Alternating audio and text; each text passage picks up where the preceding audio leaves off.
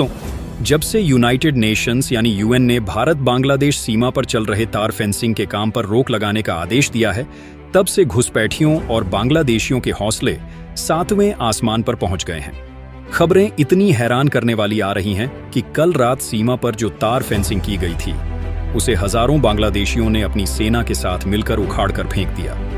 इतना ही नहीं, जो शुरुआती रिपोर्ट्स निकलकर सामने आ रही हैं, उनके मुताबिक इस भारी बवाल के बीच वहां तैनात सुरक्षा बल के 7 जवानों को भी वे अपने साथ उठाकर ले गए हैं। इस घटना के बाद से दोनों देशों की सरहद पर तनाव का माहौल बन चुका है। सेना पूरी तरह अलर्ट पर है। अब बांग्लादेश का कहना है कि भारत पहले इस कंटीले तार लगाने के काम को तुरंत रोक दे और कूटनीतिक स्तर पर बातचीत की मेज पर आए। लेकिन भारत साफ कर चुका है कि देश की सुरक्षा से कोई समझौता नहीं होगा और भारत हर हाल में इस बॉर्डर फेंसिंग के काम को पूरा करेगा। आपको बता दें कि इसकी जिम्मेदारी खुद अमित शाह उठा रहे हैं और यह पूरा प्रोजेक्ट गृह मंत्री के राजनीतिक जीवन के सबसे बड़े और महत्वपूर्ण प्रोजेक्ट्स में से एक है। देश के भीतर घुसपैठ को पूरी तरह से बंद करने के लिए वे किसी भी हाल में इस बॉर्डर फेंसिंग को समय पर पूरा करने के लिए पूरा जोर लगाए हुए हैं। लेकिन दूसरी तरफ बांग्लादेश इस समय लगातार अपने पुराने आकाओं यानी पाकिस्तान और चीन के संपर्क में बना हुआ है। वह इन देशों के दम पर भारत को आंखें दिखाने की कोशिश कर रहा है। अब सवाल यह उठता है कि अचानक बांग्लादेश के पास इतनी हिम्मत कहां से आई कि उसने सीधे भारत की सीमा पर लगे तारों को हाथ लगा दिया। तो इसके पीछे एक बहुत बड़ी अंतर्राष्ट्रीय कूटनीति का खेल चल रहा है, जिसे आपको समझना बेहद जरूरी है। असल में 3 जून को संयुक्त राष्ट्र में एक बड़ा चुनाव हुआ था। बांग्लादेश के विदेश मंत्री खलील उर रहमान को 81वें संयुक्त राष्ट्र महासभा का अध्यक्ष चुना गया। उन्होंने इस चुनाव में साइप्रस के एंड्रियास काकोरिस को हराया था। इस पूरी वोटिंग के दौरान भारत ने अपने पड़ोसी देश बांग्लादेश का साथ न देकर साइप्रस का खुलकर समर्थन किया था। भारत के इस कड़े कदम के बाद से बांग्लादेश की नई सरकार भारत से बुरी तरह चिढ़ गई थी और लगातार बदला लेने का मौका ढूंढ रही थी। जैसे ही बांग्लादेश के हाथ में यूएन की यह बड़ी कुर्सी आई, संयुक्त राष्ट्र के भीतर उसकी दखलंदाजी अचानक बहुत बढ़ गई। उसने तुरंत इस शक्ति का गलत इस्तेमाल करते हुए भारत के खिलाफ सीमा पर चल रहे फेंसिंग के काम को अवैध बताते हुए उसे रोकने का एक प्रस्ताव पारित करवा दिया। इस आदेश के आते ही सीमा पार बांग्लादेश में ऐसा माहौल बन गया जैसे उनके हक में कोई बहुत बड़ा फैसला आ गया हो।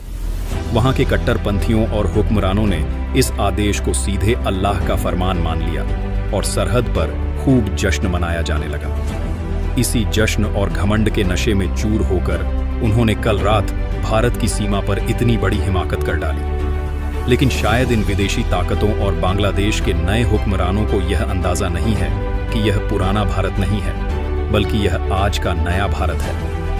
जब बात देश की संप्रभुता और अखंडता की आती है, तो भारत अपनी सीमा की सुरक्षा के लिए ऐसे हजारों यूएन के प्रस्तावों को सीधे डस्टबिन में फेंकने का दम रखता है। दोस्तों, अब कहानी के उस हिस्से को समझिए जो कैमरे के पीछे चल रहा है और जिसे देश का आम आदमी टीवी न्यूज के शोर शराबे में नहीं देख पाता। आप खुद सोचकर देखिए, जो बांग्लादेश कल तक भारत की मदद के भरोसे रहता था, उसकी हिम्मत अचानक इतनी कैसे बढ़ गई कि वह सीधे हमें ही सरहद पर ललकारने लगे। इसके पीछे सिर्फ संयुक्त राष्ट्र का वो एक आदेश नहीं है, बल्कि इसके पीछे 3 देशों का एक बहुत बड़ा त्रिकोण काम कर रहा है। यह त्रिकोण है बांग्लादेश की नई सरकार, पाकिस्तान और चीन। जैसे ही 3 जून को बांग्लादेश के विदेश मंत्री खलील उर रहमान को संयुक्त राष्ट्र महासभा का अध्यक्ष चुना गया, वैसे ही पर्दे के पीछे से पाकिस्तान और चीन ने अपना पुराना खेल शुरू कर दिया। भारत ने इस चुनाव में साइप्रस का साथ दिया था,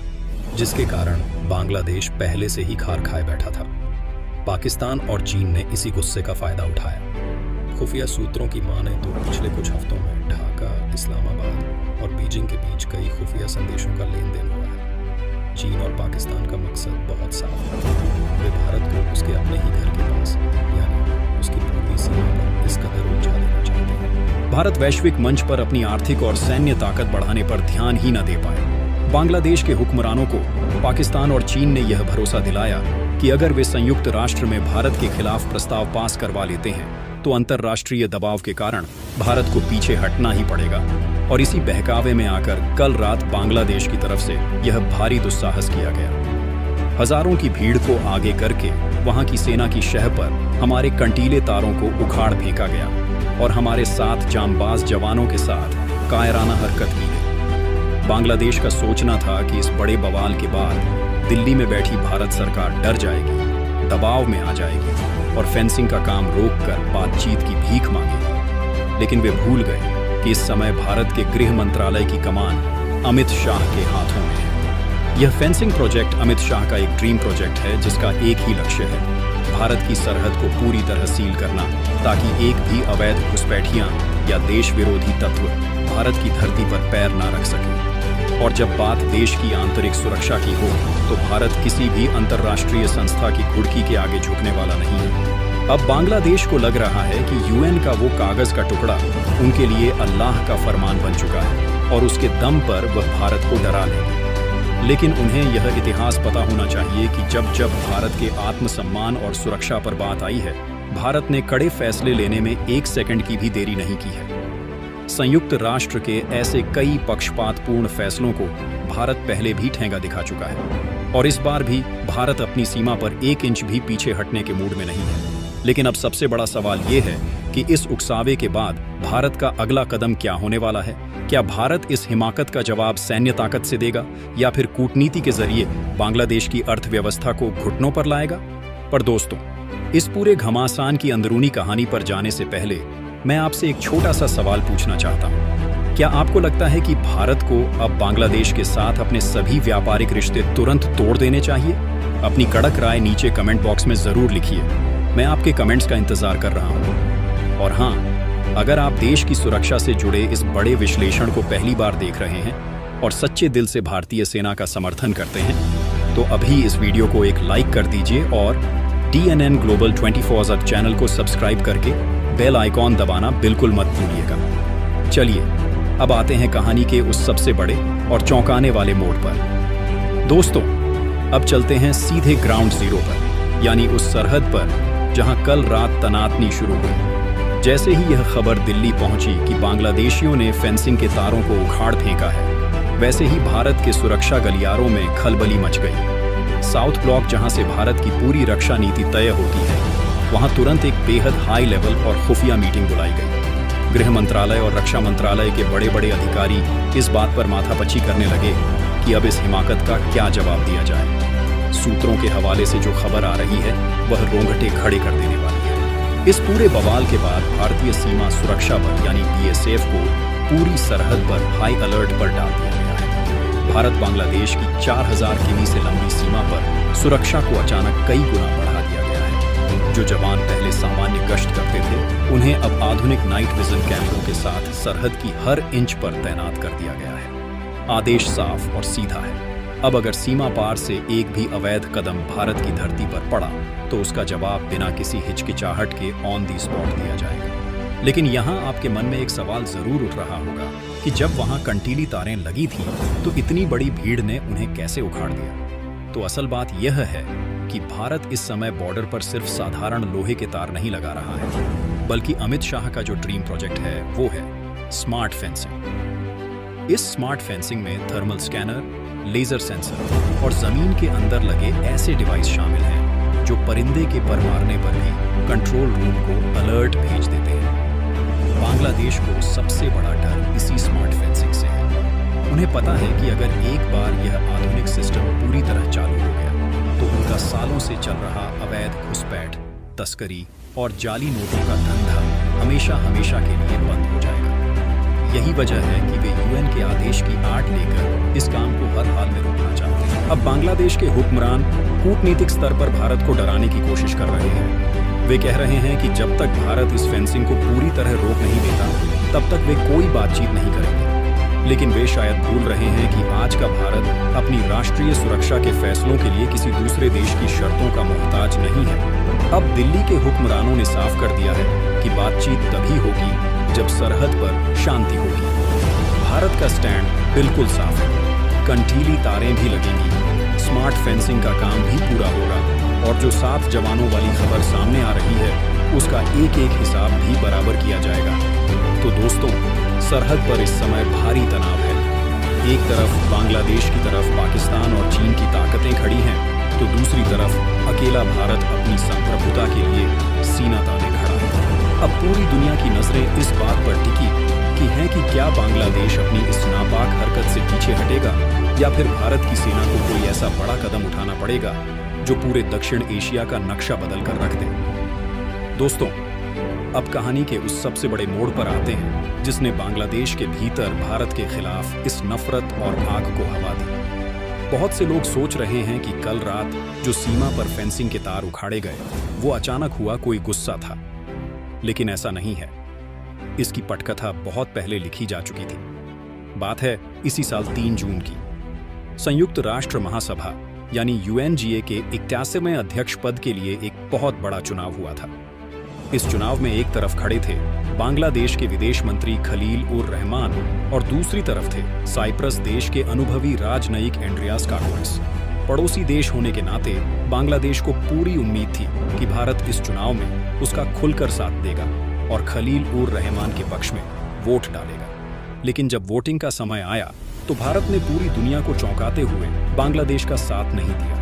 भारत ने अपना कीमती वोट साइप्रस के उम्मीदवार एंड्रियास काकोरिस की झोली में डाल दिया। हालांकि चीन, पाकिस्तान और कुछ अन्य देशों के समर्थन की वजह से बांग्लादेश यह चुनाव जीत गया और खलील उर रहमान UN महासभा के नए अध्यक्ष चुन लिए गए। लेकिन अपनी जीत के बाद भी बांग्लादेश इस बात को पचा नहीं पाया कि उसके सबसे बड़े पड़ोसी यानी भारत ने इंटरनेशनल मंच पर उसका साथ क्यों नहीं दिया। इस एक वोट ने बांग्लादेश की नई हुकूमत के दिल में भारत के प्रति जबरदस्त कड़वाहट भर दी। UN की इतनी बड़ी कुर्सी हाथ में आते ही बांग्लादेश ने भारत से बदला लेने का प्लान तैयार किया। उन्होंने तुरंत संयुक्त राष्ट्र के भीतर अपनी इस नई ताकत का इस्तेमाल करना शुरू कर दिया। बांग्लादेश ने UN में एक ऐसा प्रस्ताव पेश कर दिया जिसमें दावा किया गया कि भारत जो अपनी सीमा पर कंटीली तारों की फेंसिंग कर रहा है वो अंतर्राष्ट्रीय नियमों के खिलाफ है और इससे मानवाधिकारों का उल्लंघन हो रहा है। पाकिस्तान और चीन जैसी भारत विरोधी ताकतों ने UN के लिए इस प्रस्ताव को पास कराने में बांग्लादेश का पूरा साथ दिया। नतीजा यह हुआ कि संयुक्त राष्ट्र ने भारत को अपनी ही सीमा पर तार फेंसिंग का काम तुरंत रोकने का एक विवादित आदेश जारी कर दिया। जैसे ही UN का यह फैसला आया, बांग्लादेश के हुक्मरान और वहां के भारत विरोधी तत्व खुशी से झूम उठे। उनके लिए यह कागज का टुकड़ा कोई आम आदेश नहीं था। उन्होंने तो इसे सीधे अल्लाह का फरमान मान लिया। वहां की मस्जिदों और सड़कों पर जश्न मनाया जाने लगा कि उन्होंने अंतर्राष्ट्रीय मंच पर भारत को हरा दिया है। इसी तरह इसी जश्न के नशे में शुरू हुआ। वहां की अक्सर भीड़ ने सोचा कि जब UN हमारे साथ है तो भारत हमारा क्या बिगाड़ेगा।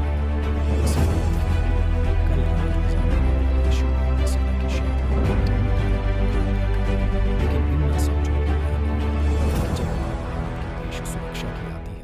तो दिल्ली में बैठी सरकार किसी विदेशी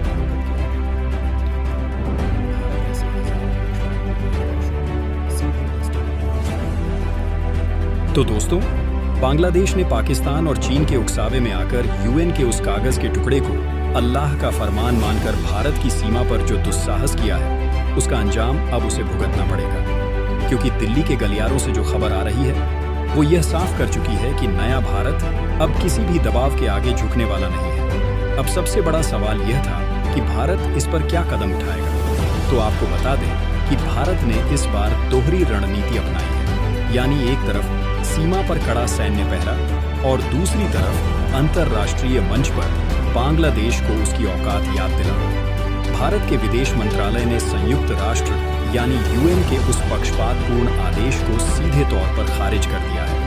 भारत ने साफ साफ शब्दों में दुनिया को संदेश दे दिया है कि जब बात हमारे देश की आंतरिक सुरक्षा, संप्रभुता और देश की सीमाओं की आएगी तो भारत किसी भी अंतर्राष्ट्रीय संस्था के ऐसे दबाव वाले फैसलों को सीधे डस्टबिन में फेंक देगा। भारत अपनी सरहद पर कंटीले तारों की स्मार्ट फेंसिंग का काम 1 सेकंड के लिए भी नहीं रोकेगा, बल्कि इस काम को और भी तेजी से पूरा किया जाएगा। गृह मंत्री अमित शाह ने साफ निर्देश दे दिए हैं कि बॉर्डर पर सुरक्षा का जो घेरा तैयार हो रहा है वह भारत की सुरक्षा के लिए लाइफलाइन है। इसे किसी भी कीमत पर अधूरा नहीं छोड़ा जा सकता। वहीं दूसरी तरफ जो शुरुआती खबरें हमारे साथ जांबाज जवानों को लेकर आ रही थीं, उस पर भारतीय सुरक्षा एजेंसियां और सेना पूरी तरह मुस्तैद हो चुकी हैं। सीमा सुरक्षा बल BSF ने बांग्लादेश की सीमा पर अपना अब तक का सबसे बड़ा सर्च और सुरक्षा ऑपरेशन शुरू कर दिया है। भारत सरकार ने बांग्लादेश की नई हुकूमत को बेहद कड़े शब्दों में अल्टीमेटम दे दिया है कि अगर सरहद पर किसी भी तरह की कोई कायराना हरकत जारी रही तो भारत अपनी संप्रभुता की रक्षा के लिए वो कदम उठाएगा जिसकी कल्पना भी ढाका ने नहीं की होगी। बांग्लादेश की अर्थव्यवस्था पूरी तरह से भारत से होने वाले व्यापार और मदद पर टिकी हुई है। अगर भारत ने अपनी सीमाएं और व्यापारिक कूटनीति के पेंच खड़े कर दिए तो बांग्लादेश के भीतर दाने दाने का अकाल पड़ जाएगा। पाकिस्तान और चीन जो आज पर्दे के पीछे से बांग्लादेश को शह दे रहे हैं, वे उसे इस कूटनीतिक और आर्थिक नुकसान से बचाने कभी नहीं आएंगे। बांग्लादेश के नए हुक्मरान और उनके आका यह अच्छी तरह समझ लें कि यह आज का आत्मनिर्भर और मजबूत भारत है। हम अपनी सीमाओं की रक्षा करना भी जानते हैं और दुनिया की बड़ी से बड़ी ताकतों को उनकी सही जगह दिखाना भी जानते हैं। यूनाइटेड नेशंस का कोई भी एकतरफा फैसला भारत के हौसलों और देश की सुरक्षा के इस महाप्रोजेक्ट को नहीं रोक सकता। अब देखना यह होगा कि भारत के इस कड़े अल्टीमेटम और कूटनीतिक प्रहार के बाद बांग्लादेश अपनी गलती मानकर पीछे हटता है या फिर खुद को पूरी तरह से बर्बाद कर लेता है। इस पूरे मुद्दे पर आप लोगों की क्या राय है? क्या भारत को अपनी राष्ट्रीय सुरक्षा के लिए ऐसे फैसलों को ठेंगा दिखा देना चाहिए? अपने विचार नीचे कमेंट बॉक्स में लिखकर जरूर साझा करें। अगर आपको आज का यह विश्लेषण पसंद आया हो तो इस वीडियो को एक लाइक जरूर दीजिएगा और देश के अन्य नागरिकों तक सही जानकारी पहुंचाने के लिए इसे ज्यादा से ज्यादा शेयर करें। अगर आप हमारे DNN ग्लोबल 24 चैनल पर नए हैं और देश दुनिया की कूटनीति को इसी तरह आसान भाषा में समझना चाहते हैं तो चैनल को सब्सक्राइब करके बेल आइकॉन को जरूर दबा लें ताकि हमारी आने वाली कोई भी महत्वपूर्ण वीडियो आपसे मिस ना हो। अपना कीमती समय देने के लिए आप सभी दर्शकों का बहुत बहुत धन्यवाद। मिलते हैं आपसे अगले वीडियो में किसी नए और बड़े विश्लेषण के साथ।